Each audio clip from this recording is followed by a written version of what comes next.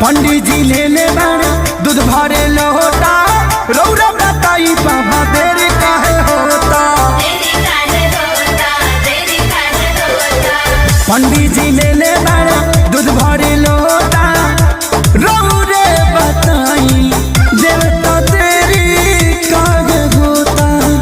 केहू बउआ से बाटे केहू सहरी तबरती खड़ा बाड़ी ओढ़ के चदरिया बदरिया से आई बहरी।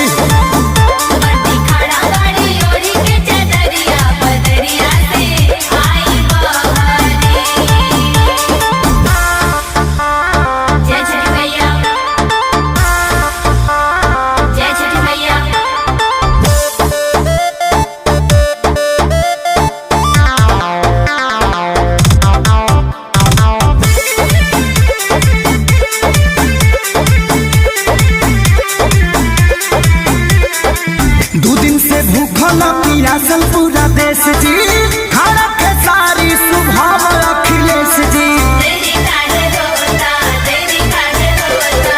दो दिन से भूखल पियासल पूरा देश जी खड़ा के सारी सुभाव अखिलेश जी।